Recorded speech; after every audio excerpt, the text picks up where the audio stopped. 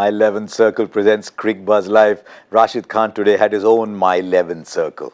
11 sixes were hit of Rashid Khan. And who would have thought the #1 bowler in T20s, in ODIs, would just be watching the ball sail over like you see planes going at an airport, just sailing over. Different kind of innings. After 20 overs, they were okay. They were just about 106 after 20 overs, 72 after 15, 46 after 10. And I remember asking Zaheer Khan and Joy Bhattacharjya over here, by the way. I remember asking Zach, is it gripping a little bit? And then after 20 overs, someone turned the tap on. They changed the washers, they changed whatever, and they turned the tap on. It was gripping, Yeah. You saw Harsha Bhogle had a little bit of turn there. Mujib bowled 10 overs for 44 at... England started slowly, and I think that's something which they've learned very quickly after first couple of matches of World Cup. They've gone to that a bit of India mold. So start steady, solid, have wickets in hand, and then once you are in and the bowlers are under pressure, you can always up the ante because they have the depth in the batting order. And at 30 overs, they were 164 or 233 in the last 20 overs. Yeah, that's what. 233. So you look to double the score. That's how teams usually approach. So 160 at 30 over mark. You're thinking 320. Yeah, you're thinking 320, 330, on a good day 350. I mean, that's how the game usually goes. But today I think Morgan was just special. It was some serious hitting. And England have the depth as well. So Root played such an interesting inning, such a good inning. I know. It looked scratchy in front of how the others were going so strong. Yeah. I mean, look at the score, 397 eventually. 397 for 6. Now, here's something interesting. Eoin Morgan has hit 17 sixes, which is a new record, new world record for sixes in an innings. Joe Root hits 88 of 82, and Johnny Bairstow, had he got another 10, would have hit his slowest one-day international 100. That just puts this bizarre innings into perspective. Normally they go hard at the top and then take what they get. Today they went a little slow and then suddenly said, you know what, my car's got more gears. But this is just, I mean, it's just Morgan himself. He just went on a rampage. And if you look at it, I mean, Rashid Khan must have seen, Mujib bowling and then Rahmat and saying, there's a little bit to him the wicket. And he ends up with his worst analysis ever. It's the worst analysis in World Cup history. Nobody has come close. His 113 was scored against Mick Lewis. That too in that 434 game, 434 game. The craziest part of it is he's given away 110 in 9 overs. He didn't even get the 10th. Actually, that's interesting to test because I think if I remember right, the first couple of sixes he hit him off the front foot and he just seemed to pull his length back and all the sixes thereafter went around mid-wicket. But don't forget that even mid-wicket, straightish mid-wicket, that's an 80-meter boundary. Yeah. And Eoin Morgan was hitting them like it looked like he was hitting them on one of the Maidans in Mumbai where... he was doubtful for the game. He thought that he will check his back nicely and properly. He always had a bad back. He did push it to the limits and look at the result. Yes, Rashid. Did he bowl just one pace, Rashid? He always bowls at pace, and that's what we were talking about before the match as well. That Rashid's pace, and so far in the World Cup, that's what we've seen. When there is not enough help from the wicket, it makes it that much difficult. And whoever has hit Rashid so far for sixes has always looked to hit that long off area first, and then from there as a left-hander, and then going towards mid-wicket. I've seen him in IPL when someone has taken him down. The usual area used to be from straightish long off to mid-wicket. And the guy who has successfully done that is usually in our studio, Robin. Robin used to hit him there. Yeah. So that's something which has always worked against Rashid. But what I was impressed by England's striking was that they are holding their shape very well. They are specifically working towards that.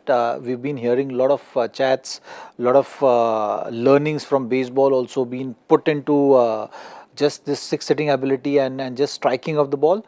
But looks like there is some kind of work which has been done in terms of getting those hip rotations in and getting that striking clear.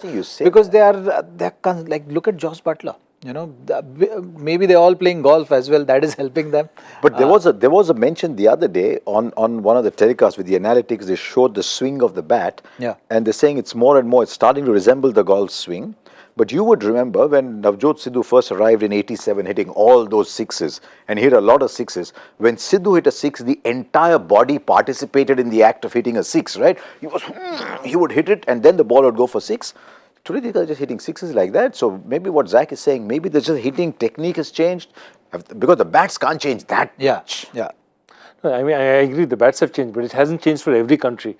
I mean, every country has had the opportunity to change. It is definitely, they have bought in biomechanics expert. A lot of them, baseball has a lot of these guys. They do range hitting practice, right? Because I got the feeling Eoin Morgan's innings today was a range hitting practice. Yeah. So what they just, it's like that flow. I think if I've observed it correctly, Eoin Morgan never used to hold the bat so up high On the bat. on the bat. So his grip is also changed in terms of using that long handle, a bit like Yusuf Pathan. You've seen, someone who can strike the ball really long. You get a feeling that there is some kind of work gone in that. I keep hearing with modern day batsmen, just they're thinking sixes. Earlier the thought process used to be play along the ground, even the pull shots and hook shots. The effort used to be to keep the ball on the ground. So that is something which has changed. You're allowing those balls to go for sixes and breaking the wrists, or instead of playing it down, the intention is to play the ball up. So that has certainly changed the whole approach to batting, and keeping the head low. They don't really look at where the ball is going. They maintain how you're striking, how you're holding your shape, and how you're breaking those hips and wrists. And it doesn't matter. For you to doesn't get matter, the there's a maximum fielder power. there. They back themselves to clear the fielder. Yeah. And so there was a time when you would say, is it a six? Oh, he's taken a single. That's good cricket. Today people are saying, why? If I hit a six, I'll hit another. And people don't mind hitting 2 sixes rather than hit a six and a single. They don't mind playing 4 dot balls if they're going to hit 2 sixes. And the parallel that's often drawn is from a sport that you follow very Basketball, well, which is the three-pointer. So that revolutionized basketball, didn't it? Absolutely, it's exactly the same. Basically, you have a 3-point, and so the moment, what is it? It's 1.5 points more than normal. It's 50% more than normal. So if I hit 2 3-point shots, that's 6 points, and that's 3 other shots. So my chances, as long as the percentages are good, if I shoot 3 points at anything more than 33%, I'm better off shooting even than if I'm shooting 50% in 2 points. So that's exactly the point, taking more calculated risks because you know the chances are more. And secondly, you're absolutely right. It's about making the position of the fielder irrelevant. If I feel that the fielder does not have a play in it, as long as I get enough, under the ball, he doesn't have any play in it. Every shot has changed. The uppercut never happened before 2003. I mean, when Sachin hit that uppercut in 2003, it was an aberration. Today, batsmen routinely hit uppercuts because, as he said, instead of going down, they're going upwards nowadays. Yeah, so, and as a result of all those shots, Eoin Morgan's produced the 4th fastest century in World Cup history. Kevin O'Brien's century came off 50 balls. That was in Bengaluru. Let's see. So, SCG is a decent-sized boundary, but Bengaluru, he was just hitting sixes at will. 2015, Maxwell's hit one in 51 balls. A.B. de Villiers' freak. In those days, A.B. de Villiers against the West Indies, his default shot was a 6. I think he hit 131 balls against the West Indies going into that World Cup.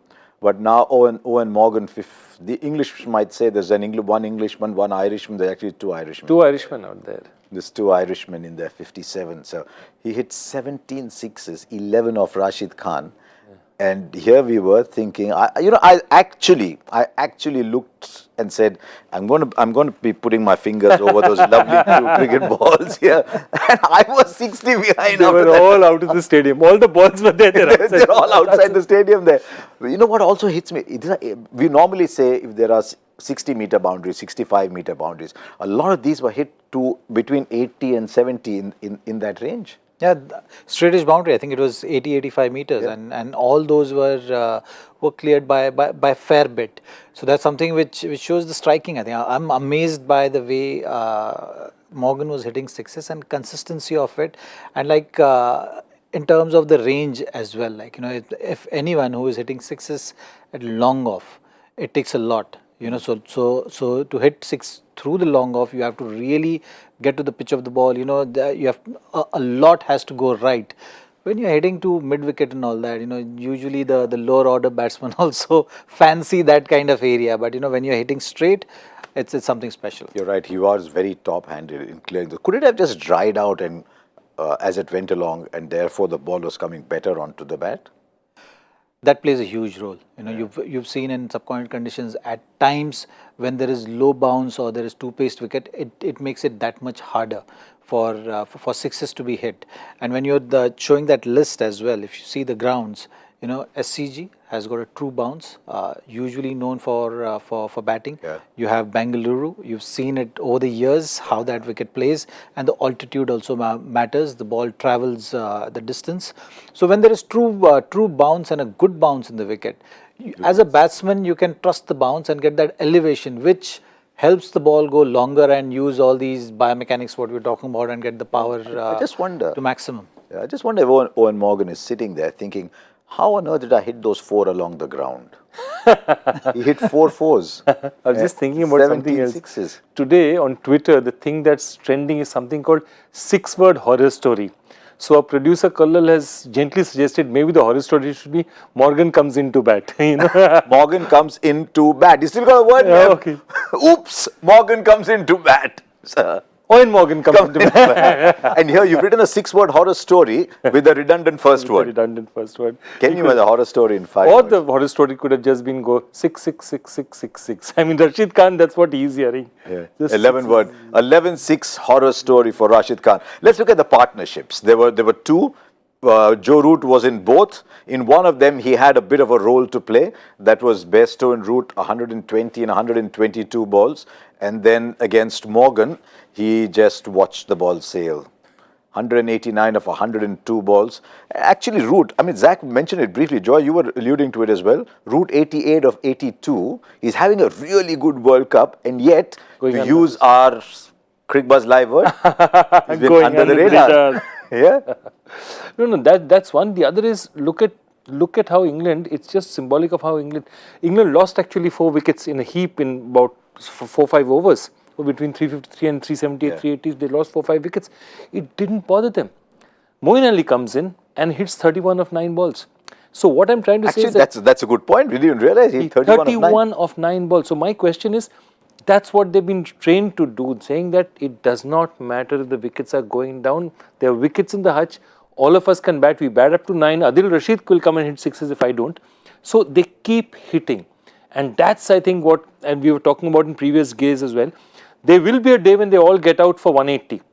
But 9 times out of 10, even if the first 3 don't fail to hit, somebody down the line will hit. It's not a coincidence that the tracks in England, I mean, these are ICC tracks, so there's an ICC pitch curator, but you can't change the character that much. You can leave grass on, you can do something. It's no coincidence that the pitches have been tailored to that kind of batting. I don't know what came first, whether the batting got tailored to those kind of pitches, or they decided this is how we are going to play, and so the pitches started getting flatter. I think it's just the approach. England has made a conscious effort of setting that tempo early and then sticking to that tempo no matter what the result is. That's how the process started, and we all know that when it started after 2015 World Cup when they made that huge shift in terms of how they're going to approach white ball cricket, and the conscious effort has paid off. And now in World Cup also, if you see, they started with that kind of approach, but very soon they've realized that, okay, the conditions are different. Even though we are getting better wickets, the weather conditions in the last couple of weeks have not been to that kind of cricket. So they've altered that thought process, and not by a lot. And that those partnerships also show that, like, as you go more into the game, the pressure is more and more on bowlers, and that's something which is coming out very strongly in most of the matches. As a team, if you are going in that strong position, the bowlers are going on back foot. So if anyone has to revive that, it's about just getting the bowlers off that thinking, because you are playing the game in the mind and you are losing that battle well before, just by looking at how the game is going. It's interesting you say that. Among the many things Imran Khan tweeted to Sarfaraz, when if he could have called him and told him, the Shoaib Akhtar has a different point of view, but that's a different way of communicating it. Anyway, why did I bring that up? We were talking about the mindset of the bowlers. About the mindset. He said, don't go in with fear, because your mind can only have one emotion at a time. So if you're having fear, you won't be thinking positive. The bowlers are thinking, where is he going to hit me? They're probably not thinking, how is he going to get me out? But Absolutely. And I'm just thinking now, what is Afghanistan discussing in the dressing room? What are they going to do? Are they going to say that, this is our first World Cup, we're going to bat 50 overs and see where it goes? Are they going to chase the target? It's an interesting one. how they don't do 130 for 3? That's everyone's nightmare. Yeah. I mean, the last Yawn Fest, I think, was not the Bangladesh game. It was the Bangladesh. England-Bangladesh was what it was, where they just never were in the race. But yeah. I mean, what do Bangladesh do? Two questions actually. What do bowlers do in a situation like this? Suppose suppose it's happening against India, or suppose it's happening against someone else. What should the bowler's approach be? Try and take pace off. We saw Bangladesh do that well yesterday against West Indies, because I didn't see a lot of that. They took wickets when Daulat Zadran and Naib started bowling those back of the hand stuff. I think there is more to that than just what happened in those 50 overs. I think slowly and steadily you're seeing the effects of what is happening outside of the cricketing part in Afghanistan. It's just kind of being seen on the field as well, because usually playing cricket for this Afghan team is just having a celebration out there. Yes. That body language is not to be seen so far. They started like that in the World Cup, but now slowly it's looking like they just want to get over this, and they have a lot of issues to be resolved. I think it's just about the power struggle which is going on at the moment. Just authority, okay, whether the board is strong or the team is strong. You have to give it to this team that they stand by each other. And they've come this far. Yeah, it's a magnificent but job. there is always a limit. At times, I think everything happened too close to the World Cup, and they're still figuring out exactly how to deal with those kind of situations, and that is something which is just taking pressure or focus off this World Cup, or how they're approaching the game, because this is not the Bangladesh team, this is not the Afghanistan team. Sorry, we've seen they've always. It's not about winning matches. It's about going out there and playing with that passion. I think that passion is not seen so far in the World Cup, which is disappointing. And they haven't batted 50 overs once yet. And he used a very important word when you're talking again about what Imran said, fear. They were looking fearful. Now, this Afghan team was never the greatest fielding team. Mujib Zadran were there. But their body language is that of fear. It's a back foot. Whatever. Rashid Khan would get hit and go after them. So here's an interesting one. Rashid Khan, 9 overs, 106. There's a simple catch that's put down at deep mid-wicket. And that is how fielding changes things. That catch is taken, the story of Rashid Khan would be different. Maybe England made 315s or 390. It's still a match-winning score. But suddenly the game is different, right? Morgan is out. And he's taken Morgan's wicket. Yeah. But that's the thing. One is, these twists of fate where fielding lets you down and they're really game changers. But the other is, this Afghan team is not the Afghan team the ebullience, the way they'd celebrate, the way they'd get together. I didn't see once that complete team getting together, giving each other something to go off. And they used to do that even, they were never the greatest fielding side. But there was something, some spark out there, win or lose, which is what he's talking about. It's not that they always won, but win or lose, they had a spark. That spark is missing today. They've got to overturn a few things. I mean, 397 is, as I often say, it's the other end of the binoculars. It's there somewhere down. That's a great analogy. It's like Balraj Sahni going all the way from Kabul to Kolkata, singing Kabul, "Ae Mere Pyare Watan." But they also lose wickets in a heap sometimes, and they've got to prevent these collapses from happening. They've got to bat 50 overs. Now look at this. Against Australia, they lost 3 for 21. Against Sri Lanka, 5 for 23. Against New Zealand, 4 for 4. Against South Africa, 5 for 8. So they suddenly lose wickets. What I won't be surprised at all, Zach, is if Jofra Archer and Mark Wood and Chris Woakes will move the ball around, Ben Stokes, they just come and go boom. And let's see how they like the bouncers. You think they'll certainly try and do that? Yeah. And batting has not been Afghanistan's strength. So that's something which they will have struggled with. I think we all know where the game is heading now. You'll see Jofra running in hard, using those bumpers. But I still like to see that toes and head. Toes and nose? Toes and nose. That kind of combination should work. But it's for Afghanistan, it's about going out there and putting up a fight. I think what they want to get back to is just it's just enjoying the game, showing that passion. even though they have problems at the moment within the team and outside, they have to just kind of put it aside and play the World Cup, because otherwise it's going to be a long tournament for them, and looking like they want to just get over the World Cup and figure things out. After this. This is only their fifth game. They've got 4 matches after this. I mean, for them to come to the World Cup was a celebration. The celebration has turned into a nightmare.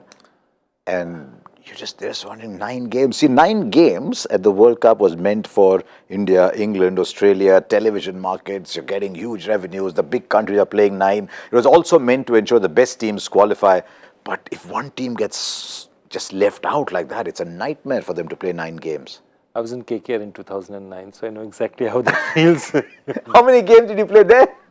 206? 14 games out of felt it. like 200. One got I was rained out. in RCB the first year. Oh, yeah, okay, fine. Yeah, I think I never thought that a discussion on a World Cup program would come down to sharing agony of their No, but just defeat after defeat and the season not ending. Yeah. It's tough. It's really tough on a team to. Because after a while, you can start thinking how much longer, and that is when things get really bad, isn't it? Somebody in that room has to say, doesn't matter. Let's keep giving it our best. But that's tough to say. Right. And now they've got to come and bat. And I think they're without Hasratullah Zazai. I really wanted to see him bat, because he takes it on. Which seems like a strange decision, though. If you look at it, he's not. What they actually did was they added on.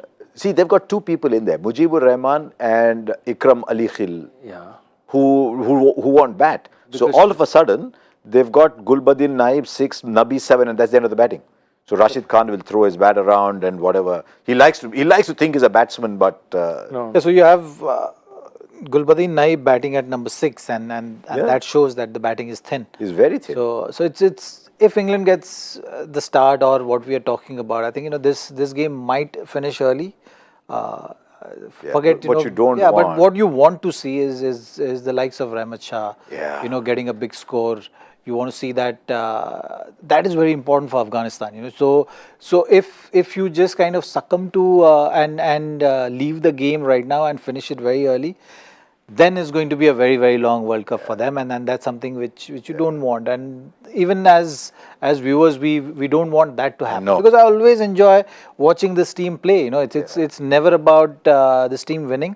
It's just about how they approach the game is something which gives me satisfaction when I watch this team in terms of their journey. Also, they've grown rapidly as a decent force to reckon with at this level. So they should continue with that. Even now, for Afghanistan, a country that's seen some terrible political, military times, to see their cricket team do well is something that brings joy to the entire country. It's almost like in this part of the world, Afghanistan is remembered not for the beauty of Kabul, Kandahar, Herat, but for the way their young cricketers are playing.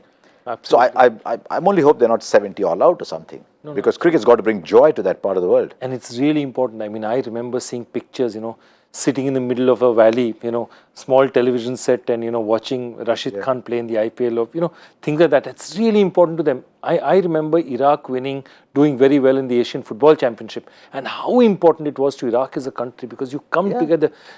Countries like that, war-torn countries, need something to cheer about. This is really important to them. So what I'd say? I'd say forget everything else. If the captain goes and says, first things first, we're going to bat 50 overs. Correct. Okay, that's first target. Let's bat 50 overs. Then at 20, let's try and modify our targets and see where we are. I think that's wasn't Dev Watmore coach of Bangladesh? Yep. For a while, I think that's what he started off saying. Let's bat 50 overs first. Let's say we're not winning matches yet because we don't have the bandwidth to win matches just yet. So what is winning for us? Winning for us is you can't bowl us out. So let's start. Let's bat 50 overs. Let's say you can't bowl us out. Then let's take the next step. I agree.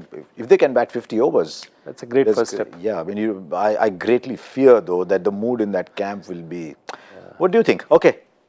My 11 circle expert couch. Who wants to have a go? I'm not going anywhere. We'll start with Let's just give it a break today. I just heard the clip from Anand again the other day. He's going to, and then suddenly the tape starts whirring and the voice goes, Babu Moshai. So you're Babu Moshai. Come on. 36 overs. Okay. You're not telling a score. You're saying how many overs? Okay, 36 overs. You think so? They'll are bat you predicting 36 overs, when the game is going to get over? Okay, yeah, 36 overs. Okay, so 30 overs. Yeah, I was going to go somewhere in between. Okay. 32. Okay, What's the margin? What's the margin we are looking at? Yeah. One over over, margin. yeah. One over margin. So you win 29 to 30.3. And then we'll see what it goes on. There you are. Then it's been quite a game. This it started off. You thought another day England are just going to go about it. 20 overs, 106, and you said, okay, England are playing differently. They finished with 397. We've had all kinds of records set, the maximum number of sixes in a one-day international innings. Rashid Khan, 9 overs for 106. Quite a lot of the unthinkable has happened. Now let's see if Afghanistan come back after 15 overs. We'll be back, of course, with Combox, with our Cricbuzz Combox. Who's it going to be? Two of you? Okay, we'll wait and see. Cricbuzz Combox after 15 overs, and hopefully we'll see some good cricket coming up.